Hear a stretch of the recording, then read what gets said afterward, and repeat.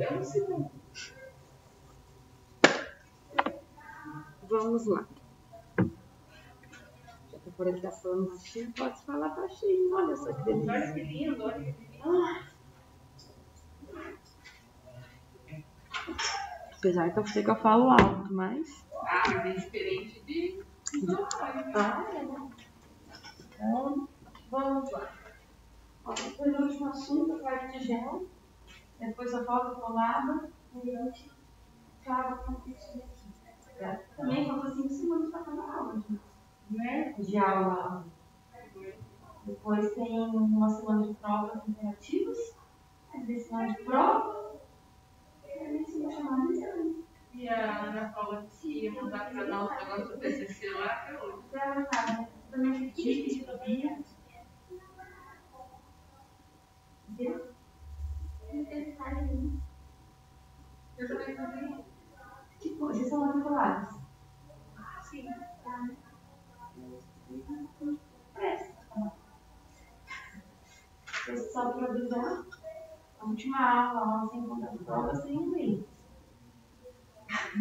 Acho que não era só preocupada, não, mas já ficou preocupada.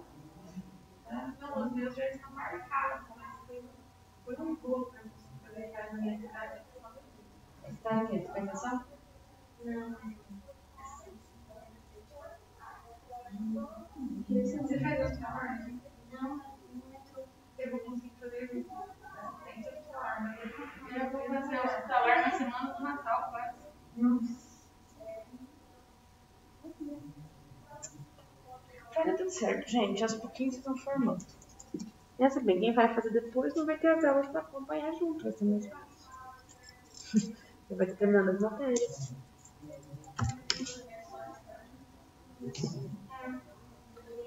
Último semestre, que é isso? 210, 120. O último semestre é basicamente estágio. É um dos estágios grandes. Então, vai chegar lá. Pensa bem, vocês têm estágio. Tem vários cursos que não tem estágio obrigatório. Então, isso faz uma diferença absurda. Eu mesma não tinha estágio obrigatório quando eu fiz química. Não tinha. Eu fiz iniciação científica desde o segundo ano. Mas não tinha. A maioria da minha turma se formou sem nunca ter trabalhado, nunca ter feito nada. Mais complicado. Então, pelo menos vocês têm esse estágio obrigatório que as empresas têm que aceitar, né? A gente dá formado em química, não tem, não. Pela UEL, não tinha. Nunca teve. Então, é bom os estágios, facilita muito a vida de vocês.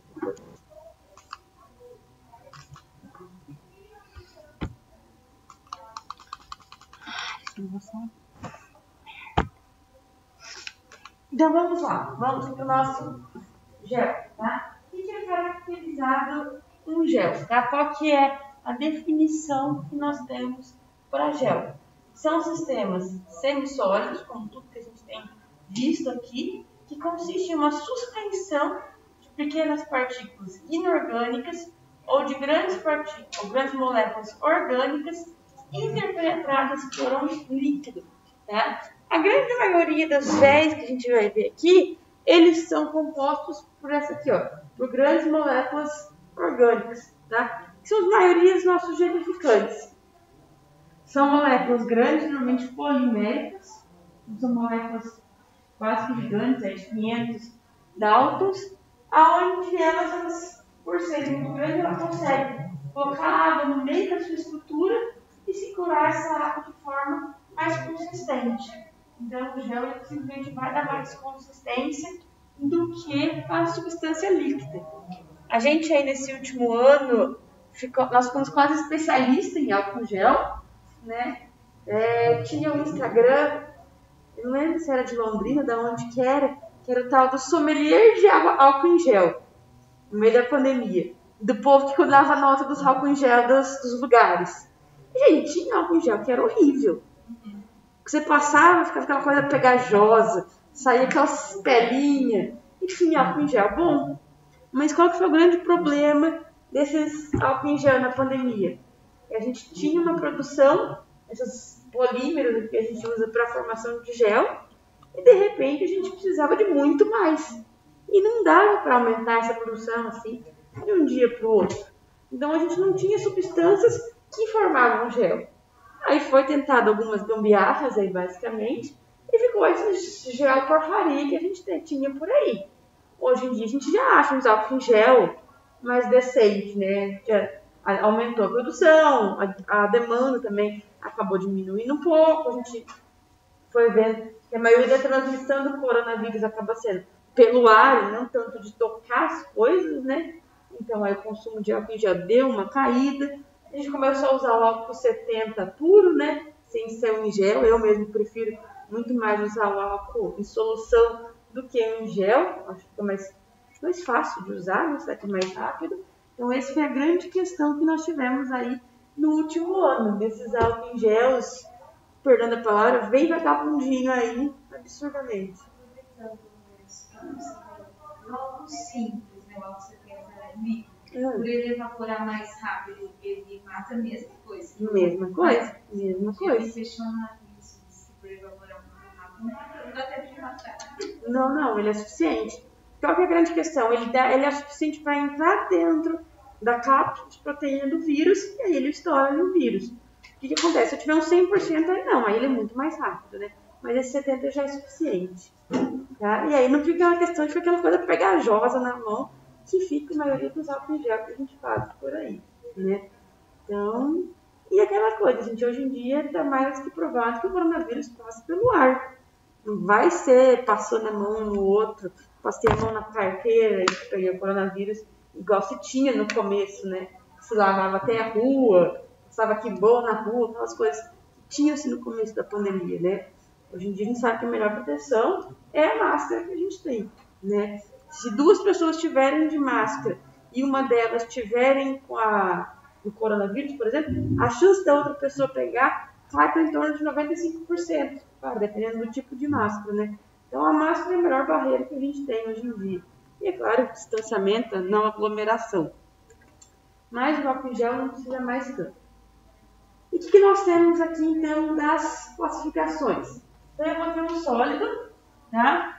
Esses sólidos, como eu falei, eles podem ser inorgânicos, então eles podem ser resinas, os nossos polímeros, principalmente orgânicos, e os nossos derivados celulose. A gente vai ver uma lista de compostos que são derivados da celulose, que são polímeros orgânicos, aí no caso, e a gente vai dispersar esses sólidos no nosso líquido, onde esse líquido ele vai ser ou água ou uma mistura de água e álcool, tá? E aí, juntando esses dois, eu vou ser o nosso gel formado. Qual que é a grande vantagem da gente usar gel? Eu não tenho nenhuma fase oleosa aqui, tá? Então, na hora de usar essa substância, esse meio aqui, em cremes, em formulações, principalmente para pele oleosa, é ótimo, né? Porque uma pele oleosa, a gente evita utilizar uma emulsão, porque eu tenho ali uma fase oleosa muito presente. Já quando eu tenho um gel para colocar um princípio ativo, eu não vou ter essa parte oleosa ali dentro. Então, ela não vai agravar a oleosidade da pele do nosso cliente, nosso paciente ali, tá? Então, essa é uma das grandes vantagens aí do gel, que vem cada vez mais ganhando espaço no mercado, tá? E quando a gente pensa em gel, aí que a gente lembra das nossas propriedades reológicas, tá? A gente lembra aí da semana passada, tá? Que são os nossos... Boa noite, velho. É o único que eu tenho certeza do nome. Você. É o único que eu tenho certeza do nome na sala de aula. Nunca é, tá? Aí que a gente lembra que os géis, eles vão ser os nossos pseudoplásticos, tá? Que é aquele que eu vou ter alteração na viscosidade com a força. Ou seja, conforme eu vou passando pressão, essa viscosidade diminui, tá? Quando a gente para de fazer uma pressão no gel, ele volta a ser viscoso. Que é a grande vantagem aqui pra gente. Afinal de contas, quando eu tenho um gel, por exemplo, vou passar um gel no rosto. Você vai pingar um gotinho, o tanto que você quer na cara, por exemplo, até você espalhar, até você passar a mão, ele não vai espalhar, ele tem uma viscosidade alta, A partir do momento que você vai fazer uma força, vai passar a mão para espalhar, ou passar o pincel que você for usar, ele consegue espalhar com facilidade. E isso que é o nosso meio pseudoplástico aqui. Que aí a gente lembra das propriedades geológicas da semana passada. Tá? A gente basicamente viu semana passada 3 metodologias aqui que a gente tem.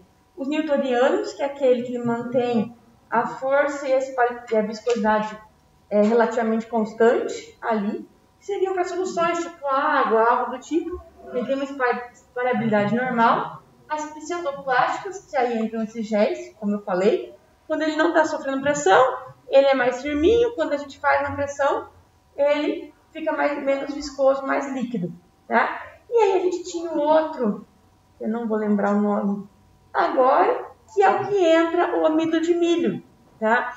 Aquelas piscinas, como eu mostrei para vocês lá, de maisena, de amido de milho. Quando eu encho de amido de milho uma solução saturada, a hora que eu faço pressão sobre ela, ela aumenta a viscosidade, chega quase um sólido ali a água com amido de milho. Quando eu paro de fazer pressão tão forte, ele relaxa e ele diminui a sua viscosidade. Então, ele é o contrário dessa. Para a gente aqui, o que nos interessa são essas aqui, que são as nossas pseudoplásticas, ok? Então, nós temos aí essa característica especiais dos géis aí, tá? Quando que a gente usa os nossos gel? Os externos, principalmente, tá?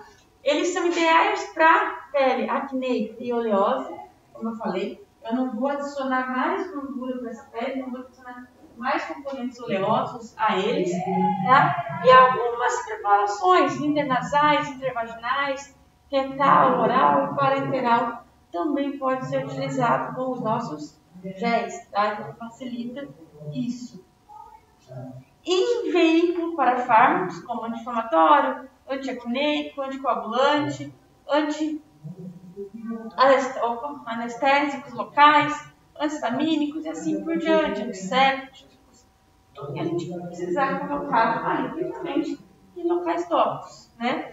E para a parte de cosméticos, tudo que a gente viu nos comércios cosméticos, a gente pode aplicar na forma de gel.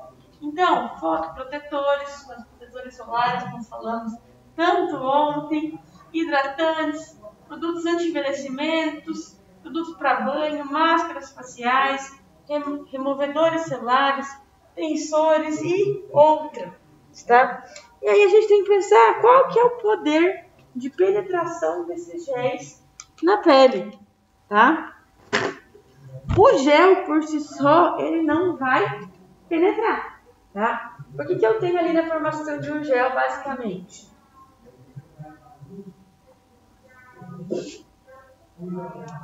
A composição de um gel é basicamente a água ali, ou água e etanol, e o polímero.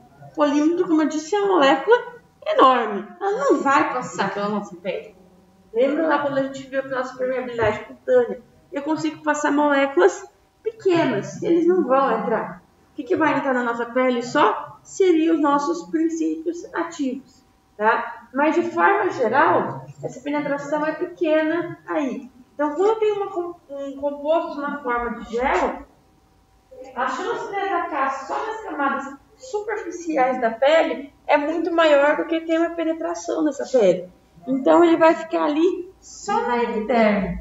Raramente, nossos princípios ativos eles chegam na derme e muito mais em ordem sistêmica do corpo, tá? Então, a gente tem essa relação, porque não tem nada que vai facilitar a sua entrada. Uma emulsão, por exemplo, um creme, igual a gente viu antes, ele tem alguns facilitadores para a entrada desses princípios ativos mais profundamente. Já no gel, isso não ocorre tão forte. Eu queria levantar, achei que você ia perguntar qualquer coisa. E vamos lá, tem 2 tipos, basicamente, de gel, tá? Ou de dispersão aqui que a gente pode chamar também os nossos géis, tá? Tem os monofásicos e os bifásicos, tá? Os monofásicos, como o próprio nome diz, eu tenho uma única fase, tá? Então eu tenho não tenho separação de fase. Todas essas polímeros, essas macromoléculas, estão divididas em todo o nosso líquido. Eu não tenho uma ligação aparente ali separando as duas fases, tá? Aqui sim são os nossos gels que a gente conhece. Aqui o gel de alginato, o gel de carbômetro, são nossos carbopols, os gels de goma, são os gels que a gente conhece. Só que em dispersão também eu posso ter dispersões do tipo bifásico, tá? Que é onde eu tenho a parte dispersa do nosso sólido, ele vai formar pequenas partículas, vai formar quase que microgrumos, que é os nossos magmas ou os nossos leites. Por exemplo, o nosso leite de hidróxido de alumínio, aquela coisa delícia que se tem, sabe? Hoje tem tanto sabor. Mas aquilo lá, por exemplo, é uma dispersão, porque o hidróxido de alumínio ele não é 100% solúvel. Então ele vai ficar uma dispersão ali que a gente raramente sente. A gente não sente com tanta facilidade, mas ainda é uma dispersão. Então essa é a diferença dos dois, tá? Algumas características que nós temos dos nossos géis. Primeira questão de classificação desses géis. Aqui eu fiz a tabelinha com duas classificações juntas, tá? Um gel ele pode ser hidrofílico ou lipofílico, tá? A grande maioria que a gente vai ter serão os hidrofílicos, né? Então, que é o que a gente chama de hidrogel, tá? Então, eu tenho os géis mais comuns aí. Então, o gel de silícia, o gel de bentonita, o carbopol, que é um dos mais conhecidos, o plurônico, o CMC, são os mais comuns que a gente tem. Mas ainda tem alguns que a gente pode fazer gel de óleo, são os nossos óleo gel. Tem o gel de parafina, petrolatos, são alguns exemplos, manteiga de cacau, só que pra gente é pouco utilizado, tá? Então, mas existe eles aí. E como eu comentei ali atrás, eu tenho sistemas que são bifásicos, que são aqueles com compostos inorgânicos, como eu comentei ali atrás, e os monofásicos, que são os orgânicos, que é o gel que a gente conhece naturalmente, tá? Podemos classificar os nossos géis segundo a natureza dessa cadeia, ou seja, como essa cadeia ela é formada desses compostos poliméricos aí. Eu posso ter géis do tipo 1, tá? Que é aquele sistema irreversível. Então, eu tenho uma ligação covalente entre as moléculas. Então, é um gel difícil de ser quebrado. Então, eu vou ter uma ligação entre os nossos monômeros, nosso polímetro, com o nosso solvente, com a nossa água aí, tá? Então, as redes elas se incham com a nossa polimerização, tá? Então, a gente vai ver depois que nossos polímeros, que são cadeias gigantes, né? São cadeias muito grandes, elas vão interagindo entre si e eu posso agregar essas moléculas, por exemplo, de água aqui.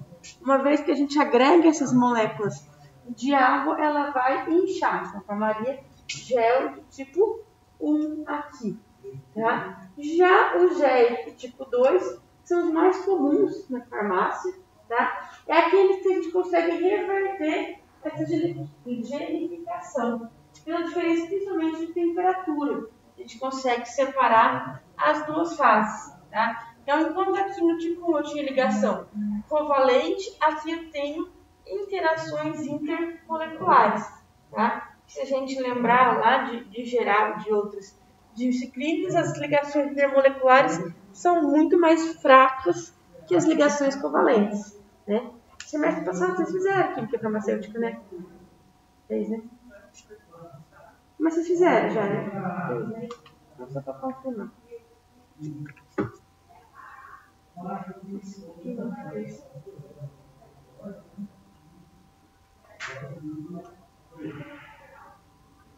E que nós temos aqui os nossos materiais que nós temos para preparar os nossos géis, tá?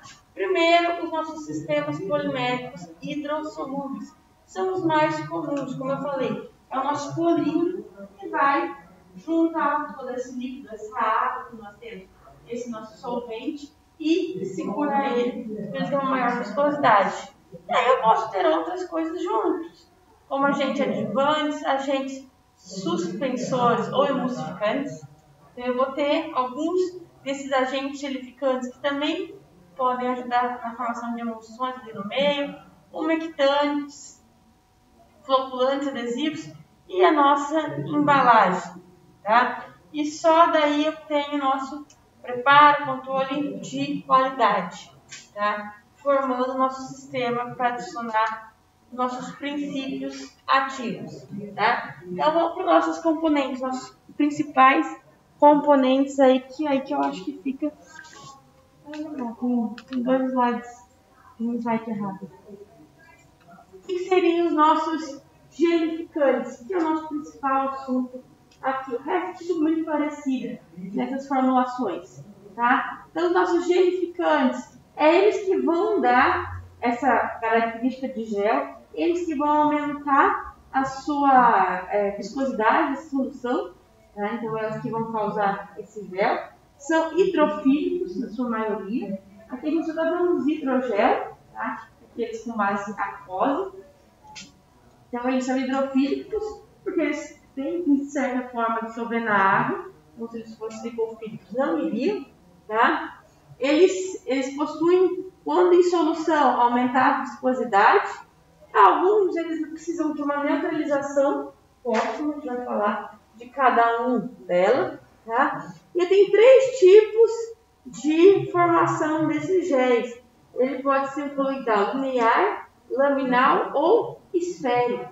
Tá? Depende de cada um dos nossos gelificantes. Então, se for linear, quer dizer que eu vou fazer uma linha de substâncias, esses polímeros, ele se forma na forma de linha para segurar as substâncias. Então,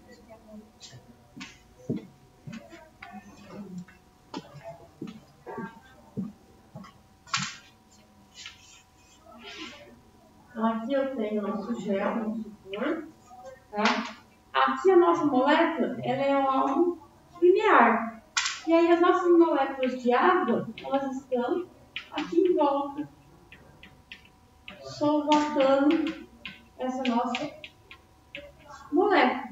Uma vez que as moléculas de água estão aqui sendo solvatando o nosso polímero, ele tem a tendência em aumentar a viscosidade do meio. Se eu tenho ali um laminar, então em vez de eu ter uma única linha, que acontece muito em celulose, eu vou ter aqui, por exemplo, os nossos anéis. E esses anéis benzênicos aqui, ele forma um plano e não uma única linha, tá? E aí seria laminar.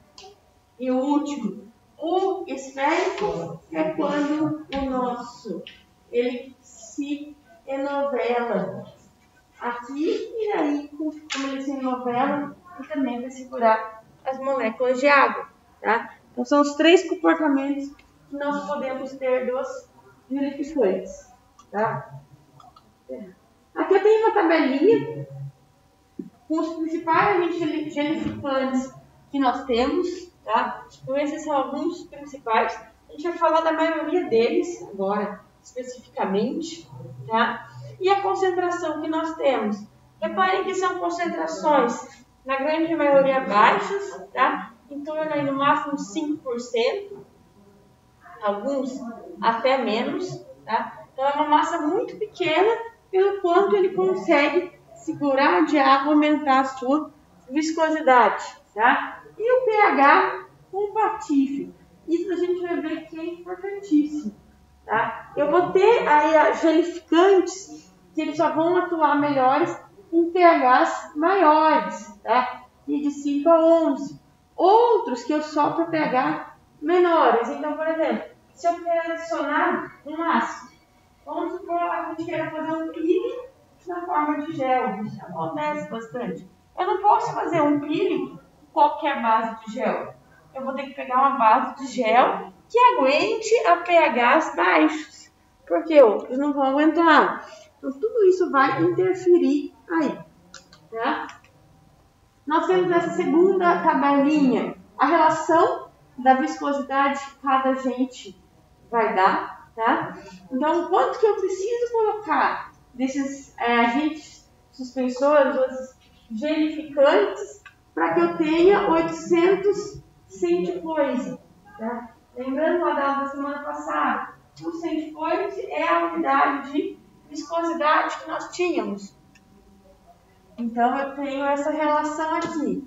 Então, eu consigo saber a proporção aí do que eu tenho em cada um. Tá? Vamos supor que eu sou acostumada a preparar uma solução.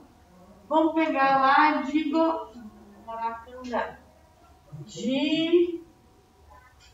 CMC de baixa viscosidade. A gente está acostumado a utilizar ela no laboratório a 2%. Tá? Isso é comum no dia a dia. E aí, um belo dia, esse CMC de baixa viscosidade acabou. E aí, no laboratório, você só tem o de média viscosidade. Aí você vai olhar e falar, chegou? Não, você consegue comparar os dois. Tá? Então, se você usa 2%, isso aqui, o de baixa viscosidade, seria 4,1. Eu consigo fazer essa relação. Se eu tenho o de média viscosidade, que é 1,9, aqui, essa relação, eu consigo saber o quanto eu vou ter que usar esse no lugar do outro. Tá? Aqui eu usei os dois CMC, porque os dois têm características muito parecidas. É claro que na hora de avaliar essa troca, a gente tem que ver isso. Tá? Então, fazendo isso daqui, só para completar, eu iria colocar aqui no de média viscosidade só 0,93%. Com essa porcentagem aqui de viscosidade, a gente consegue fazer essa relação do quanto trocar entre dois gelificantes. Né? E vamos entender um pouco melhor todos esses gelificantes, qual que é a diferença entre eles. Tá? A gente tem de começo os que são em base celulose, tá? E os derivados de celulose. Eu coloquei para vocês aqui a estrutura base de uma celulose. Mesmo celulose que a gente faz papel, mesmo tudo. É a junção de vários glicoses, ligações beta com 4 entre elas formam a nossa celulose. Tá? Só que no momento que a gente forma essa celulose, sobra alguns grupamentos para fora. Então sobra 1, 2, 3 grupamentos hidroxilas. E esses grupamentos hidroxilas são funcionalizados. E aí eu consigo formar os diversos polímeros aqui derivados da celulose. Eu consigo formar 5 polímeros diferentes. Tá? O primeiro que a gente tem, que é o carboximetilcelulose sódica, que é o CMC, é o mais conhecido dos celuloses, tá? Tem a estrutura dela aqui, então eu troco os nossos OHs ou por hidrogênio ou por ácido, tá? Então é só para a gente saber. Ela, como todo composto derivado de celulose e derivado de composto natural, a gente tem um pequeno problema, tá? Porque todos os derivados de celulose, ele pode ter uma contaminação microbiana muito forte, tá? Então, a gente tem que ter esse controle microbiológico maior do que os outros que são sintéticos, tá? Então, esse é uma desvantagem de todos esses derivados da celulose. Os agentes lixificantes, de forma geral, ou eles são aniônicos ou eles são não iônicos. Qual que é a diferença entre eles? Os aniônicos são aqueles que vão ter a carga negativa, tá? Na sua superfície aqui. Os não iônicos é aquele que eu não tenho carga em volta. No caso dos que têm derivados de celulose, vai depender desses grupamentos R's aqui em volta, tá? Então, o CMC, ele é aniônico, então eu tenho uma carga aqui, tá? Ele é um dos poucos que eu posso utilizar ainda de forma oral, o resto, a maioria, é de uso externo, tá? Então, esse serve para oral interno e externo, e algumas incompatibilidades, tá? Eu coloquei aqui de forma geral só as principais. Na hora de usar, tem uma lista completa. Então, por exemplo, o CMC, eu não posso ter ácidos fortes. Então, como eu dei o exemplo, eu não posso fazer um peeling utilizando a base de CMC, porque ele não vai estabilizar. Eu tenho uma faixa de pH que ele resiste aqui grande. Só que por ele ser aniônico, eu vou ter que neutralizar esse pH. Então, eu não vou conseguir manter ele no pH 2, tá? Ele se forma no pH 2, só que por eu ter essa carga negativa, eu vou ter que equilibrar ela. Então, eu vou fazer uma neutralização e chegar mais próximo aqui do pH 7, tá? Então, tem esse processo aí. O que não ocorre tanto, por exemplo, no EC, no hidroxietilcelulose, tá? Todos vão ver que tem uma celulose ali junto. Esse é o EC. Também com base celulose, só que esse é não iônico. Já compara aqui, ó. Se ele é não iônico, eu não vou ter essa questão de cargas. Então, ele vai aguentar muito bem os nossos ácidos, tá? Esse aqui, no caso, ele é insolúvel em álcool. Então, eu não conseguiria fazer, por exemplo, álcool em gel com ele, tá? A faixa de pH boa também, de 2 a 12. Só que como todo processo com celulose, ele tem um crescimento microbiano e uma degradação enzimática muito forte, tá? Então, é algo que tem que ser cuidado. Deixa eu ver o que minha mãe mandou aqui, ver se é alguma coisa que pode.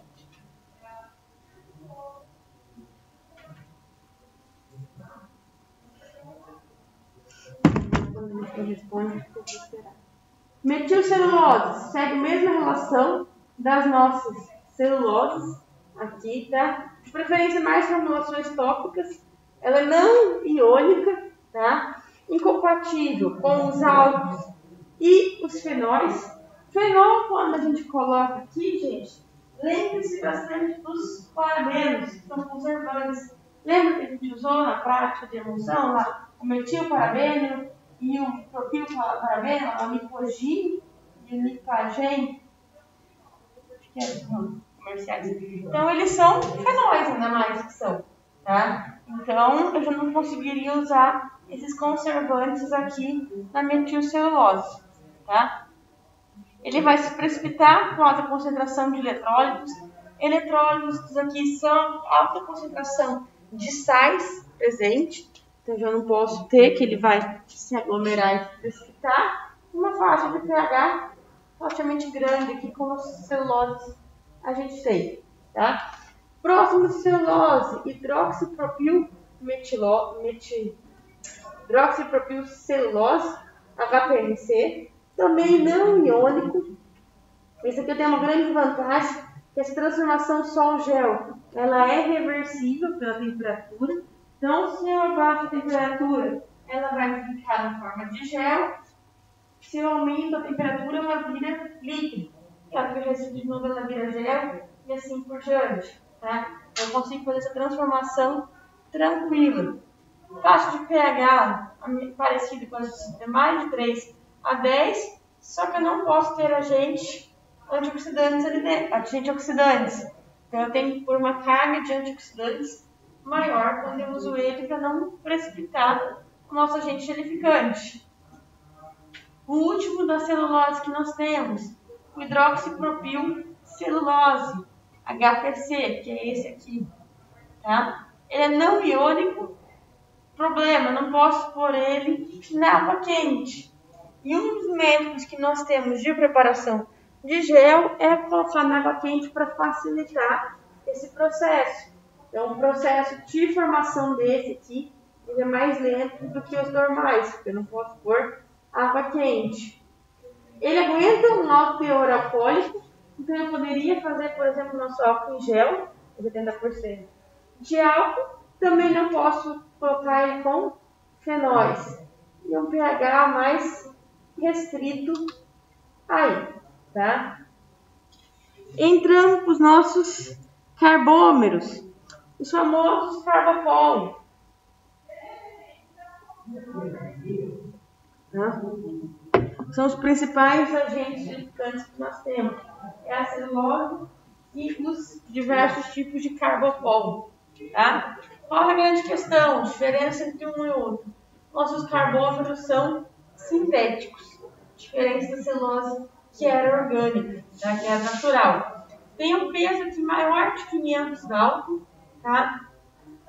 Só para vocês situarem essa nomenclatura aqui de Dalton, tá? Basicamente um Dalton é uma grama, tá? Então, uma grama por mol aí, tá? Então eu tenho bastante massa, são moléculas muito grandes, tá? Tem uma alta quantidade de grupos carboxílicos neles. Se eu tenho grupos carboxílicos, lembra lá de orgânicos, que seriam esses carboxílicos. Ácido carboxílico, correto? Do nosso ácido carboxílico, quando ele se dissolve em água, eles formam o nosso grupo carboxila, que quando eu perco esse hidrogênio, meio uma reação ácido-base. E é isso aqui que é o nosso grupamento aniônico, então eu formo géis aniônicos, que em sua grande maioria eu vou precisar estabilizar, tá? A gente vai ver a diferença aí de estabilizar e o não estabilizar, tá? Ele tem um grande problema, porque ele é incompatível com diversas questões, tá? Por exemplo, fenol, alguns polímeros catiônicos, se tiver um polímero catiônico com polímero aniônico, eles vão se atrair e precipitar, ácidos fortes, eletrólitos e assim por diante, tá? Mas ainda um dos mais utilizados, uma faixa de pH relativamente boa, de 6 a 11. E aí nós temos a lista aqui, ó, dos principais carbopol que nós temos. Tudo aí são os 8 principais, tá? Carbopol é a marca, tá? Tanto que tá aqui o Rzinho de marca registrada, são carbômeros, mas todo mundo conhece por carbopol, tá? E aí os tipos de carbopol segundo a classificação que nós temos, tá? Então eu tenho desde 1964 que ele é turvo, e eu vou ter uma alta viscosidade, só que não é tão interessante para ser utilizado, fica um aspecto turvo, não é tão atraente ao consumidor, tá? O carbopol 934P, ó, só aumentei o P aqui, qual que é a diferença? Todos aqueles que eu tenho esse P do lado são aqueles que o processo de síntese a gente não tenha benzeno, tá? Benzeno é tóxico, então quando eu tenho esses com P, eu vou ter a possibilidade de usar ele na forma oral, tá? Se não, eu só posso usar ele na forma tópica, tá? Porque eu não tenho tanto problema desses gelificantes, tá? Então, esse aqui, por exemplo, ele tem baixo teor de benzeno. Então, além de eu poder usar da forma tópica, oral, eu posso ter formas farmacêuticas sólidas utilizando junto com ele, tá? E aí, com isso, eu consigo ter uma liberação controlada do nosso princípio ativo, tá? E assim eu vou por outro, 940, ele é mais espessante, não suporta tanto eletrólito. 941, emulsão permanente, tem um bom sistema iônico, todos eles são bem parecidos, tá? O Ultrex aqui, esse é bem comum, porque ele é muito fácil de preparar, a gente consegue preparar ele na água sem esquentar. Com a água temperatura ambiente, a gente só mistura ele ali, deixa ele hidratando, e no que a gente for mexendo, ele já vai solidificando, tá? O ED do 2020 também faz dispersão. Esse carbopol ET220, além de formar gel, ele pode ajudar a formação de emulsões também, tá? Que aí é mais os cremes gel que a gente fala depois. O Aqua SF1, tá? Ele a gente usa muito para produtos de higiene, então um sabonete em gel, algo do tipo, que são em gel, a gente usa muito esse Carbopol, tá? E os últimos dois são mais novidades, eles estão aqui para substituir outros dois, 940 e 934. Só que qual que é a grande diferença desses dois? Ele tem o benzene na sua síntese. Então ele pode ser usado para fabricação de produtos orais também. Tá? Então tem essa relação aqui da falta de benzene. Opa, é benzene, não benzene. Tá? E vamos entender um pouco a estrutura desses Carbopol aqui que a gente vem falando, tá? Esses Carbopols, eles têm essa estrutura de forma geral quando ele não está em contato com água, tá? Sozinho, seco. A gente vê que ele é um novelado de substâncias aqui, todas elas ligadas entre si, e tem nossos grupamentos aqui carboxílicas, como eu comentei aqui, tá? Então ele está tudo novelado. A água não vai conseguir entrar no meio disso daqui para estabilizar e formar um gel. Quando eu começo a entrar em contato com a água, ele começa a desenrolar esse nosso polímero aí. Só que ainda não é perfeito esse desenrolar aí. Só que quando a gente usa principalmente o Carbopol, a gente tem que neutralizar ele no final. Então a gente vai pôr um hidróxido, uma substância básica para neutralizar. E aí sim eu consigo desenrolar todo esse nosso polímero aí e ele gelificar a nossa solução por esse processo aqui de neutralização ácido-base, tá? Então, na sua grande maioria deles, a gente sempre termina a nossa solução neutralizando o nosso polímero, tá? Alguns outros agentes gelificantes que não incluem uma categoria específica, tá? O Aristoflex AVC, na verdade ele é um copolímero, então ele vai ajudar nas polimerizações, tá? A vantagem nele, ele é estável em pH ácido e é pré-neutralizado. O que é isso? Ele já vem com a nossa estrutura aqui aberta. Eu não vou precisar neutralizar no final. Então já ganha um passo aí, tá? O Femulene, tá? Além de gel, ele pode formar as nossas emoções e eu tenho uma faixa de pH de 4 a 8. No Femulene, eu tenho dois tipos de Femulene, TR1 e TR2, tá?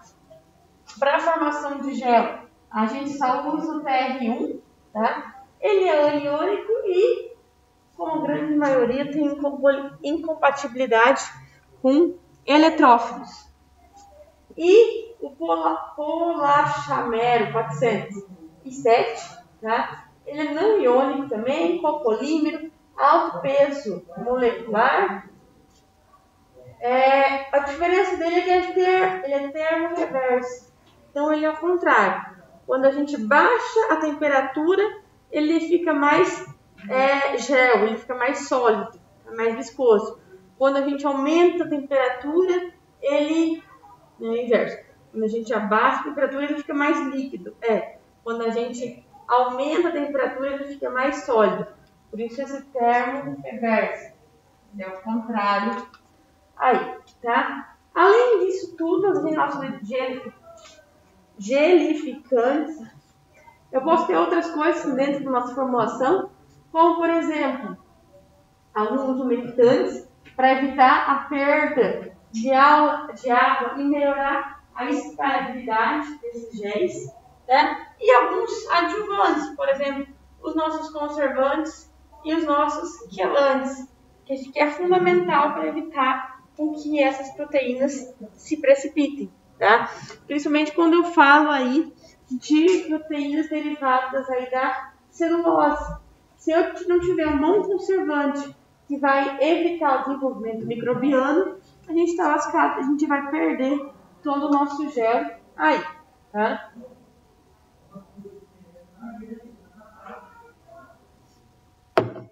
Qual que é o nosso processo de gelificação? Tá? Como que acontece? Eu tenho uma solução concentrada desse polímero, vai ter alta viscosidade, vai acontecer a interação entre as cadeias. Vou fazer esse nivelamento aqui em nível tridimensional e formar o nosso gel aí. Tá? Essa rede polimérica com esse água que nós temos, eu posso ter um inchamento desse processo pelo processo de solubilidade. Tá? Os géis que são formados em solução, eu tenho o que a gente chama de a concentração crítica de gelitificação. Tá? Então, eu tenho que ter uma concentração mínima para que forme esse gel. Se você colocar muito pouco desse gelitificante, ele não vai segurar a água necessária, ele não vai conseguir segurar a nossa solução. Tá? O que eu faço com que eu tenha essa concentração crítica aqui de gelitificação? O equilíbrio hidrofílico-lipofílico do polímero, semelhante ao que a gente tinha nos nossos tensoativos. A regularidade das estruturas, se tiver estruturas irregulares, ela vai se quebrar muito fácil. A interação desse solvente polímero tem que ter essa interação muito forte. Massa molecular e flexibilidade. Quanto mais flexível for uma molécula, maior essa concentração. Ou seja, ela pode se mexer muito e não vai conseguir segurar e formar um bom gel, uma boa viscosidade aí, tá? Tá quase acabando. Deixa eu pegar mais uma água. 2 segundos.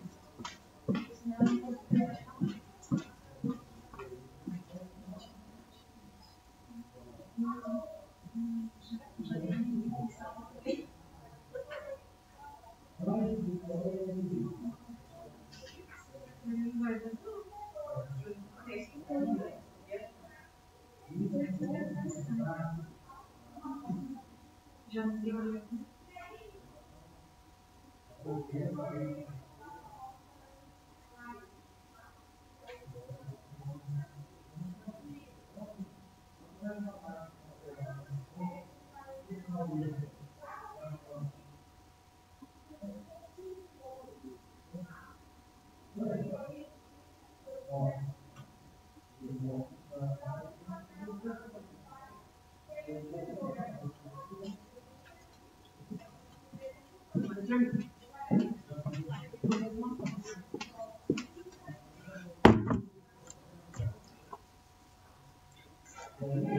Algumas propriedades dos nossos géis que nós podemos ter, propriedades físicas e químicas, tá? Que é a embebição, tá? Que é quando a gente tem a ruptura desses de líquidos por esses polímeros, sem que eu tenha alteração desse volume desse gel, tá? Então a gente chama disso de embebição.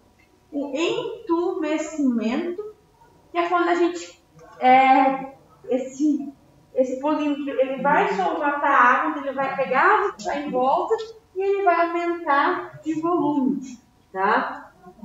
Então isso só acontece quando a gente consegue solvatar, ou seja, as moléculas de água realmente se ligam a esse polímero, tá? A tixotropia,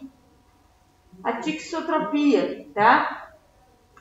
Que quer dizer que depois que ele formou o gel, esses polímeros eles tendem a assumir o estado sólido ou semissólido, tá? Então ele vai dar maior viscosidade aí com o tempo. E as cineresias, tá? Que é a interação entre as partículas que estão dispersas ali, seja em polímero inorgânico, no caso mais os polímeros, até um ponto máximo de agregação. Tá? Também quando tem muito polímero, ele vai desfazer e vai precipitar. Tá?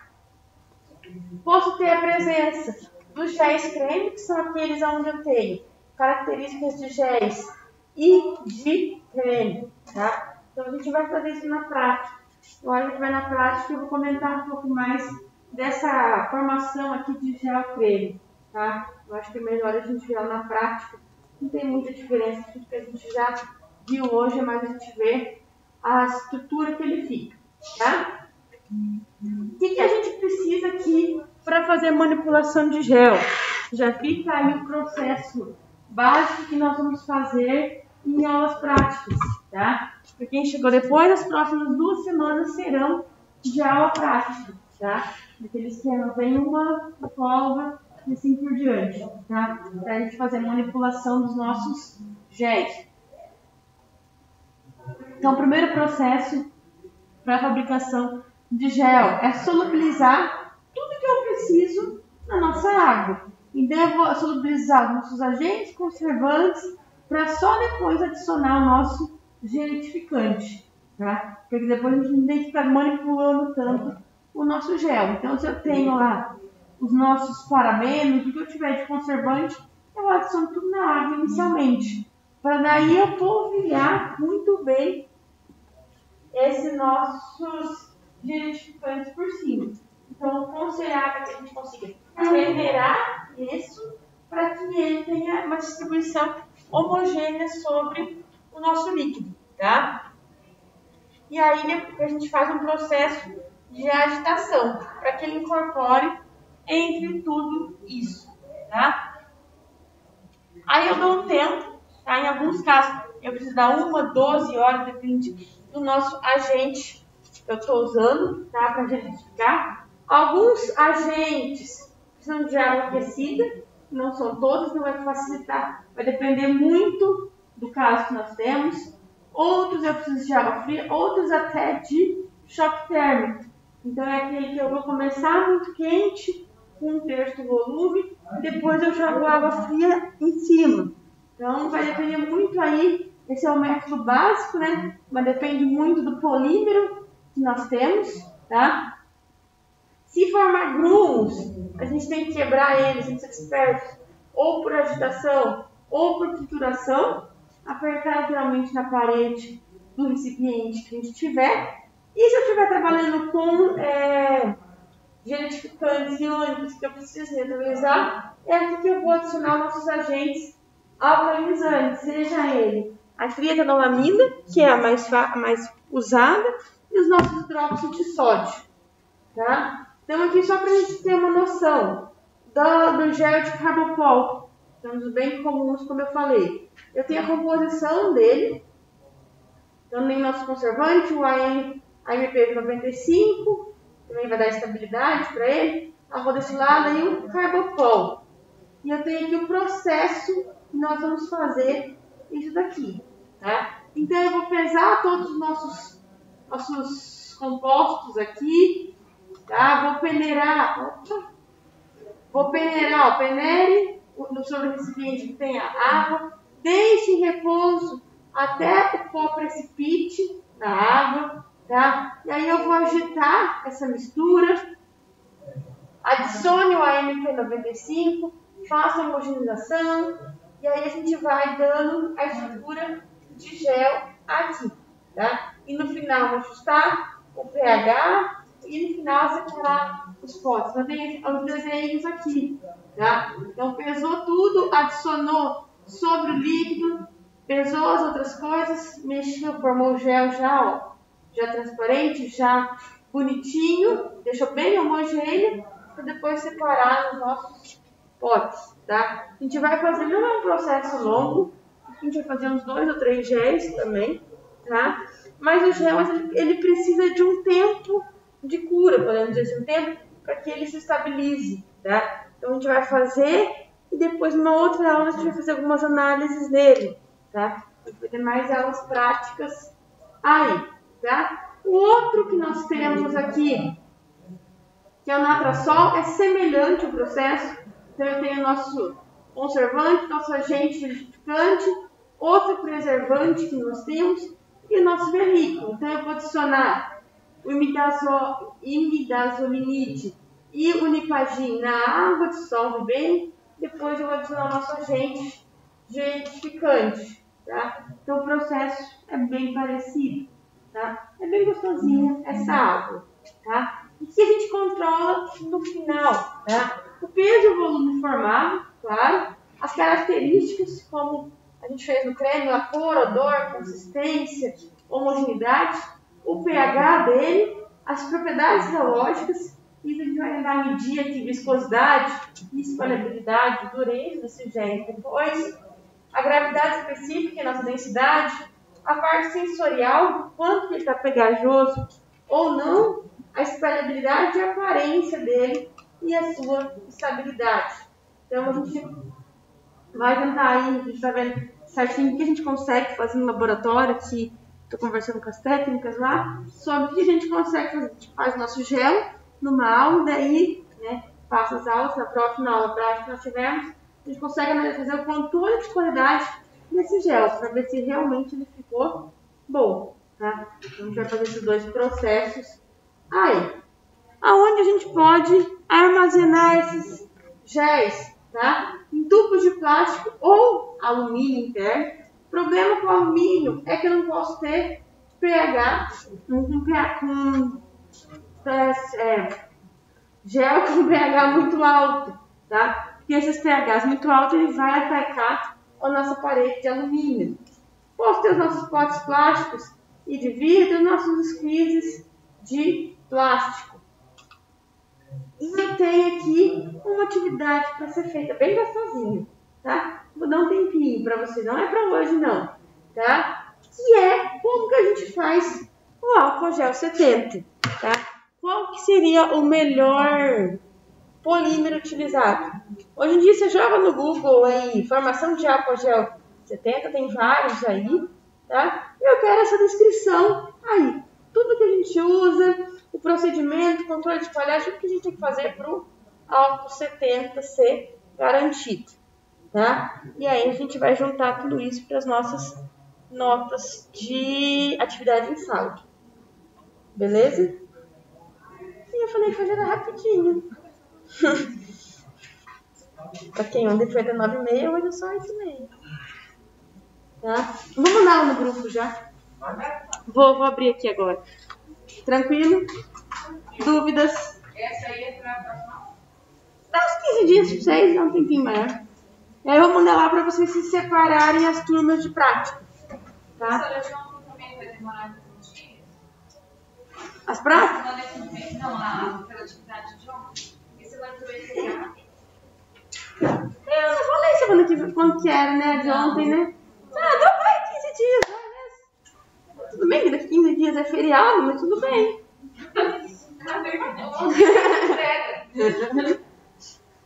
Tudo bem, daqui 15 dias na terça-feira é feriado, né? É dia 2. Então, não tem, eu não tenho pressa, tá? Eu tenho que lançar essas notas só no final depois. Então, põe aí 21 dias, vai pro dia outro lá. Não tem problema nenhum, tá? Então, a data é o de menos. Eu dou mais um prazo maior para vocês fazerem o resto das coisas.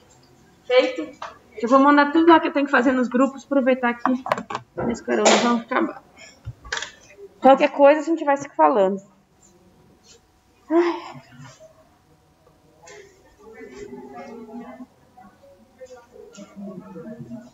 Professora, teve umas aulas passadas que você ia mandar pra gente umas dicas de TCC. Então,